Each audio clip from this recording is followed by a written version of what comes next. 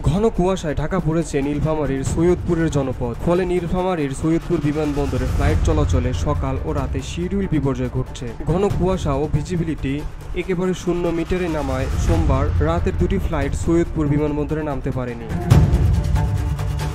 একইভাবে আজ মঙ্গলবার 10 ডিসেম্বর সকালে দুটি ফ্লাইট ঢাকা থেকে ছেড়ে আসেনি। তবে দুপুর 12টা থেকে ফ্লাইটগুলো স্বাভাবিকভাবে চলাচল করছে। এই কারণে যাত্রীরা বিভিন্ন আবাসিক হোটেলে অবস্থান নেয়। দূর দূরান্তের যাত্রীরা কষ্ট ও বিড়ম্বনায় পড়েন।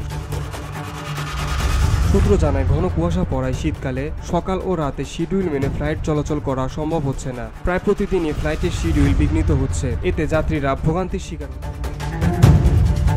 সৈয়দপুরের আবহাওয়া অফিসের ভারপ্রাপ্ত কর্মকর্তা লোকমান হাকিম জানান, মঙ্গলবার সকাল 6টায় তাপমাত্রা রেকর্ড করা হয়েছে 14.5 ডিগ্রি সেলসিয়াস। বিমান চলাচলের জন্য 2000 মিটার ভিজিবিলিটি থাকার কথা থাকলেও তা ছিল মাত্র 100 মিটার। ফলে সকালের দুটি ফ্লাইট ঢাকা থেকে ছাড়েনি। পরে দৃষ্টিসীমা বাড়লে দুপুর 12টা থেকে ফ্লাইট স্বাভাবিক নিয়মে চলাচল করে।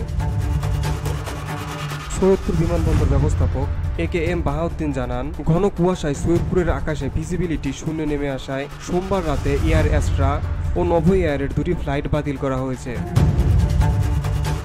আজ মঙ্গলবার দুপুরে আবহাওয়ার উন্নতি হওয়ায় ফ্লাইট স্বাভাবিক চলছে। তবে কোনো ফ্লাইট বাতিল করা হয়নি। বৈরী আবহাওয়ার কারণে এয়ার অ্যাস্ট্রা ও নভো এয়ার দুটি ফ্লাইট ঢাকা থেকে ছাড়েনি। বেলা বাড়ার পর আবহাওয়া উন্নতি হলে তা ঢাকা থেকে ছেড়ে আসে। ভিওটি বাংলা নিউজ ডেস্ক।